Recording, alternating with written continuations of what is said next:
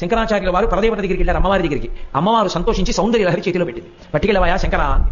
అది 100 శ్లోకములు తాళపత్ర గ్రంథాన్ని పట్టుకుని శంకరాచార్యుల వారు కైలాసం నుంచి భూమండలానికి వస్తున్నారు. నందీశ్వరుడు చూశాడు, ఇన్నాళ్ళు సౌందర్య లహరి ఒక్క కైలాసంలోనే ఉండేది, ఇప్పుడు భూమి మీదకి వెళ్ళిపోతే కైలాసం గౌరవం తగ్గుతుంది, భూమి మీద కూడా సౌందర్య లహరి ఉందని, కాబట్టి ఇది దక్కడానికి వీల్లేదని 2 కొమ్ములతో పరిగెత్తుకొచ్చి శంకరాచార్యుల వారి చేతిలో ఉన్న పుస్తకంలోని తాళపత్ర గ్రంథాల్లో కొన్ని తాళపత్రాలు లాగేశాడు. మిగిలినవి శంకరుల చేతిలో ఉండిపోయి 59 శ్లోకాలు ఉన్న తాళపత్రాలు విడిపోయి 41 ఉండిపోయి. శంకరుడు కించిత్ బాధపడ్డారు, అమ్మ ఇచ్చిన దాంట్లో కొంత భాగం పోయింది. అప్పుడు అశరీరవాణిగా అమ్మవారు పలికింది, శంకర, నందీశ్వరుడి చేత ఎందుకు తీయించేశానో తెలుసా? నువ్వు అపరశంకరుడివి, నువ్వు ఈ సౌందర్యలహరి శ్లోకాలు పూర్తి చెయ్యండి. వెంటనే శంకరాచార్యుల వారు ఆ నందీశ్వరుడు తీసేసుకున్న 59 శ్లోకాలు తాను పూరించేశారు.